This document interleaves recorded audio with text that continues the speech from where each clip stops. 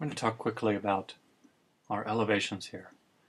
We've got a structure here, and these guys around here are elevation markers. You can see here we have our south elevation. You can double click in the view map on the south elevation to go to that elevation. Notice we've got these sort of blue lines out here. These are our story level lines. And they're very wide right now because, returning back to plan view here, they're very wide because our elevation marker is very wide. If we kind of shrink our elevation marker down, you can see, returning back to that south elevation, the story level lines shrink back also. Now, if you go a little too far, say we go halfway between this window with the width of our elevation marker here, going into our south elevation, you can see now our window is cut right down the middle here. So you can see that controlling the width of your elevation marker here controls sort of the width of your view. If you select this option here, you can control the depth at which you see by using this guy right here, move section.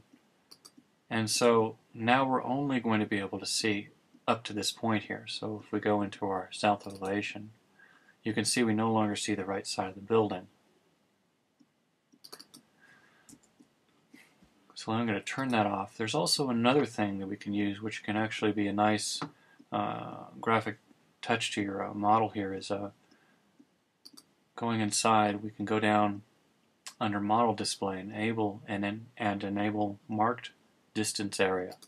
And once we check that, we get this option here, and we're able to drag this line, we'll say drag it to here. And this means that the objects appearing here will appear darker than the ones back here. Let's go take a look at that. We'll go into the south elevation. We'll zoom in. I've got my line weights on, and you can see that this window here is darker than this window here, and this line right here is darker than this gray line here.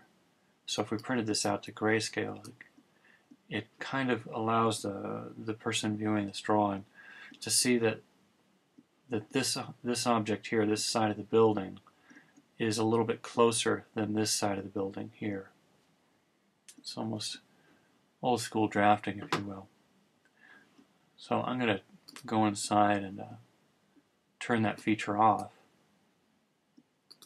And another nice thing we can do is, on the uncut elements here, we can fill the surfaces with the object's own material. In this case, we'll make it shaded. And if we go inside of south elevation here, you can see now our windows appear, sort of blue, and we've got our default walls exterior wall color on here. So if you'd like a colored elevation, that's the way to do it. And furthermore, if we want to get rid of these lines right here, these story level lines, even though they're set to not print right now, if they're kind of bothering you, you've got elements on here, this really isn't your second floor, say, we're just going to return back. We have this elevation marker selected, go inside of its settings here, and we're going to go into story levels here. And it's right here. It's just set to display only. If we say display and output, those lines would print out. But if we say none, click OK.